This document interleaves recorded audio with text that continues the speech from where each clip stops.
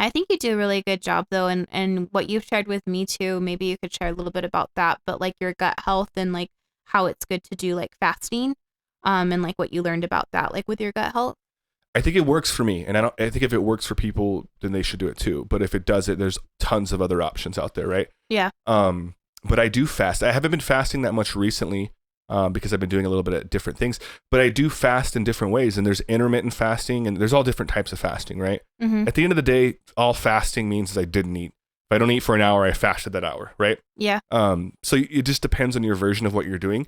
But essentially, all I want to do is postpone my first meal long enough to enjoy my meal.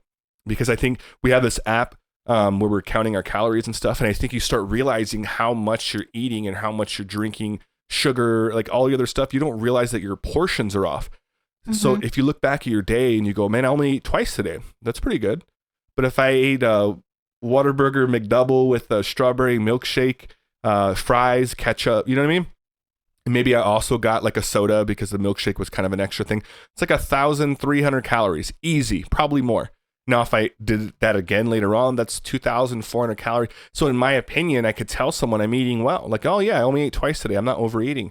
And it doesn't feel like overeating. You eat a burger, fries, and a shake. Mm-hmm. Pretty normal, right? So a main meal, a side meal, and some sort of drink, right? It seems normal, but that's a huge amount of calories. Right. You know what I mean? And so it's like being able to recognize my portions aren't very well. And I'm also eating foods that are way more calorically dense than I could be eating.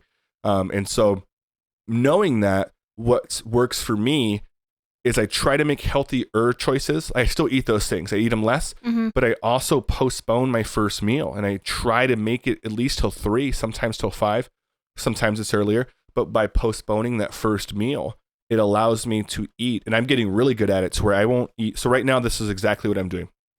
I don't eat at all. I wake up, we work at 8, right? And so as soon as on a regular work day, I'm not eating all day. I'm drinking water, and I'm drinking sparkling waters a lot. And I sometimes drink coffee. I try not to do that. I've been doing that a little bit more recently. But that's it. So if I'm doing just the water, then I have 0 calories, right? The sparkling waters really make you feel like you ate something. So by the time it's, let's say if I make it till 3, I've had 0 calories in my diet that day. Now, as a bigger guy, my maintenance calories is around 2,400 if I wanted to maintain my weight. But if I want to lose weight, I need to cut that by at least 300-400 calories, right? If I'm doing more extreme stuff, I can do that. So 1,800 calories, right? Let's say that's my goal. I'm already at it's 3 o'clock in the evening, or in the, what would that be, the afternoon? And I haven't eaten anything yet. And so and then what I do is I have a Ezekiel bread and 1 egg, because I realize I just need enough food to make me feel like I've eaten. I don't need to overeat. And that will come out to about 180 calories.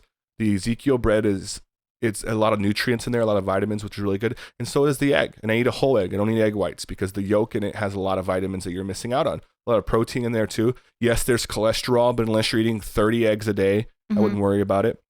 And that's it. So I have that meal and it makes me feel good. That gets me to around 5. And again, if we weren't in this lockdown, I would then go to the gym directly from 5, get back from the gym around 6:30. At 6:30, 7 o'clock at night at this point, and I'm around 200 calories eaten. If I've done everything well. And this allows me to, at this point, if I want to eat Genghis Grill, which I love, if I did want to, and I'm not promoting to eat fast food, but if at that point I wanted to eat some fast food, let's say I went to Whataburger and had that meal, 1,300 calories plus the 200 I've eaten puts me around 1,600 calories, depending on what else I have with that, right? I'm good. I'm still losing weight, and I'm still working out. Now, I don't do that, right? I like to make some food. Maybe I'll make chicken rice, have a salad on the side. I eat a lot of black beans. And so my calories at that point would put me, if I ate at 7, let's say a meal would put me 800 calories. I'm around 1,000 calories. And then I usually will eat again around 10. So it allows me at 10 o'clock, and this is on a perfect day, I have 1,000. Someone for my body weight, I have 800 free calories. I can have a bowl of cereal. It's around 400 or 500 calories. And then I can also have a protein shake at night, which will put me around 300, which is exactly where I need to be, around 1,800, 1,900 calories, which is still lower than my maintenance level, right? That's a perfect day. Things don't go perfect, right? And sometimes I mess up or I eat earlier, right? And so that's okay. If I hold myself accountable. If I eat earlier or eat more, then that's less I get to eat later on. And so by pushing that first meal out, I'm setting myself up to succeed later in the day, regardless of my bad choices. Also during fasting, this is part of your question that you asked, it's really good for your gut to your gut has good and bad bacteria in it. You need good bacteria, right? Some of the bad ones going to exist anyways, but your body does a natural thing of doing it. But what you want to do is support the good bacteria to fight the bad ones off, right? And so your body does its best bacteria making good bacteria while you're fasted. And so by fasting, not only are you setting yourself up calorically to be good on the weight side, but you're also boosting your immune system there by allowing your stomach the time to recover, fully be digested from whatever you ate the day before, and start producing those good bacteria. So it's double time. And then if you're using the sauna, you know what I mean? Like all these extra things that are supplementing, if you're taking some of those oils, you're adding to what is already doing well. Yeah. And then now you have this really solid foundation to which if you keep repeating, then you're just a healthy person repeating healthy habits. But if you make mistakes, which we all do, by going over to mom's house and she offers you that pasta you love, or going out to eat with friends and you decide that you want to eat, maybe you're drinking at a bar, which already isn't the best thing. But then when you drink, you tend to make bad choices. Maybe I have those nachos at the bar, you know? It allows you the ability to make normal human decisions and live like a normal human being, but have that foundation that you can go back to of a solid immune system. You're going to be losing weight, staying healthier, and staying less sick. You know what I mean? And so anything you can put on top of that to boost it just gives you more wiggle room to be a human being and make those mistakes when they come up and not feel like shit about it. I don't want to feel bad having a beer and eating nachos with a friend. You know what I mean? And so what can I do to not feel bad about that? Set myself up by doing those things.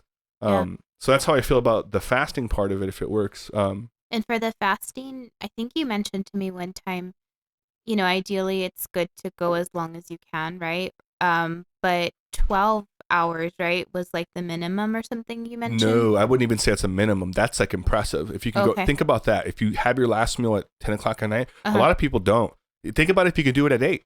If you could stop eating at 8 somehow and then eat at 8 in the morning, that's pretty good. That's 12 hours. So 12 hours is like a good thing. What is like, do you feel like a minimum? I don't want to say minimum, but like a good place to be at if you are eating late right now? I think 12 is good to strive for, right? Yeah. Because think about this. If you're getting a solid 8, you're already ahead. You're 8.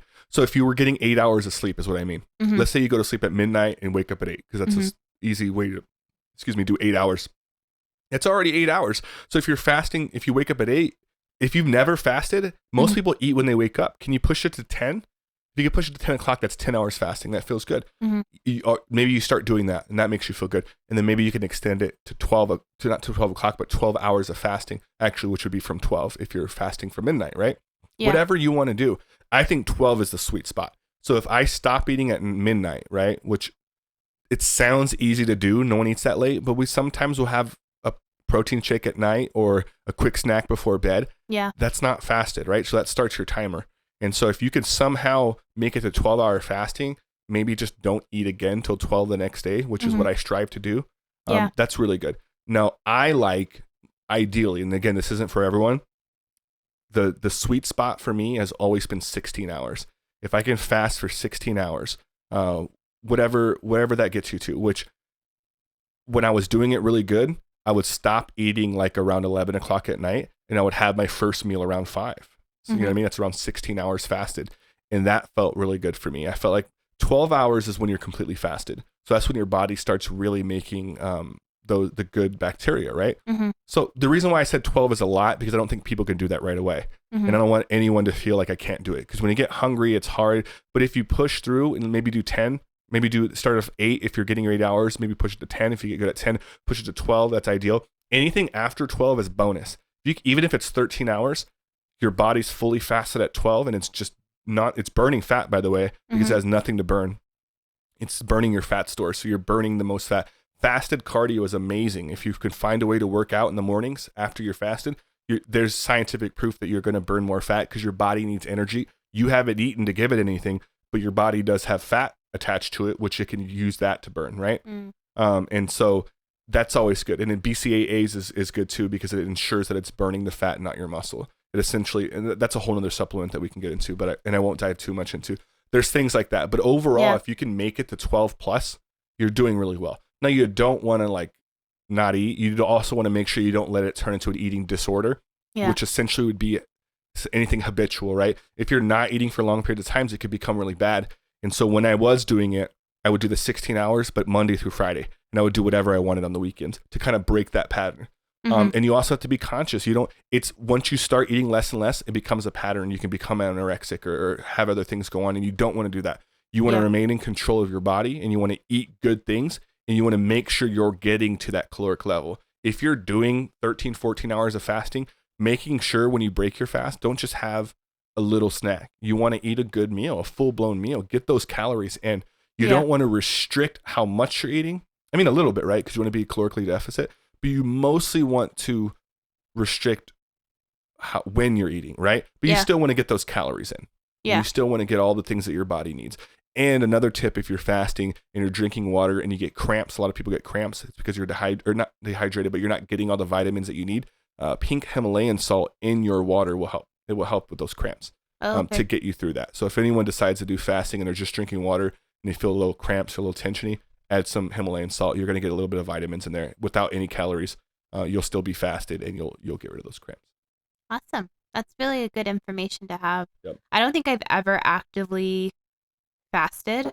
I just try not to eat like past 10 every night. And then I try to eat like my breakfast or something like at 10, 11. So I think, but there's times like where I guess I am breaking a fast, never mind, because I have coffee. You're really low, by the way. With my creamer. So I feel like because I have like the creamer with my coffee, like I'm breaking that fast, like about 8 o'clock. Yeah, that's a hard one. If you drink coffee, unless you're drinking it black, you're pretty much breaking your fast. But it's a tough one. That's why I'm saying it's not perfect, Yeah. Some people don't do fasting at all and they work great. Some people do keto. Whatever it is, do something and see how your body reacts to it and try something different. Yeah. What you don't want to do is a diet. And I think this is just my personal belief. To say that you're on a diet implies that at some point you'll be off of it. Right. And it's like, why are you doing this? Is this the way you want to live your life? Yeah. No? Okay, then why are you doing it? Don't be on a diet. Make small changes. Hey, I like bread. I want to eat bread. I'm going to do two things. I want to find a way to eat bread less, but I still want to eat bread. And maybe I'll switch my bread to a healthier bread. Maybe I'll go to a sprouted grain, which is what Ezekiel bread is. Maybe I'll, you know what I mean? I don't want to not have the things I want. Or whatever works for you. If you enjoy ice cream, maybe instead of eating ice cream twice a week, I'll eat it once a week. And instead of eating the really, really delicious ice cream, I'm going to have Halo's ice cream, which is low in calories. And then if I can do that for 30 days, I'll go have a caliche. Something. Trick yourself, make it a reward, but make it something that's consistent. What am I able to? I don't want to deprive myself of the things I enjoy. So how could I have them smarter? Yeah, definitely. And I think when people start putting those restrictions on themselves, it's really difficult to keep it up because you get to a point where you're like, there's no way that I can't have. Well, it's not sustainable. And I'm guilty of this too. I am too, yeah. Hot chips is my kryptonite. It is. Hot Cheetos, all of them. Not hot fries, hot Cheetos with limes, Flamas, flaming hot Doritos, Takis, hot sauce, hot women. No, I'm just kidding. But I like them a lot, and they're not good for you. They're delicious, and I do really well. When I'm disciplined, I go, all right. If I do this, and this, then I can have it. But when I do have it again, it's like a drug, and I'm like, God, I need more chips. I went like 3 weeks without eating them. I could eat like a whole bag. I bet I'd be fine. So I need to work on like holding myself accountable for that. Yeah. But God, that's so I'm speaking about all this stuff as someone who I mess up. I'm not perfect, but my intent is to get back on, and I'm aware of it. And I don't feel guilty eating the chips, but I do know afterwards, I'm like, hey, you need to get back. And I'll do challenges. I'll try to do at least one a year, multiple ones throughout the year with you. But I'll always do at least 1 month of no drinking alcohol. And I limit myself on those things knowing that I'll have them again for the other 11 months. And those things are really good at jump starting your immune system and weight loss, but they're not sustainable. And I understand that. I don't want to live in a world where I can't have the things I enjoy, like Genghis Grill, Whataburger, hot chips, all those things, Yeah. So I want to set myself up to be able to have them in a good amount of portion and in a good way. And I want to be doing the better things more often than I'm doing the bad ones. Yeah. And I want to eliminate moderation. them. Yeah. So I just change my habits. I'm not on a diet. I'm just changing the way it is. And I try to maintain that. Hey guys, if you enjoyed that clip, click on this link right over here to subscribe to this clip's channel. Or if you want to view the entire conversation, go ahead and click on this link over here to view the entire podcast. Bet you on the next one, guys.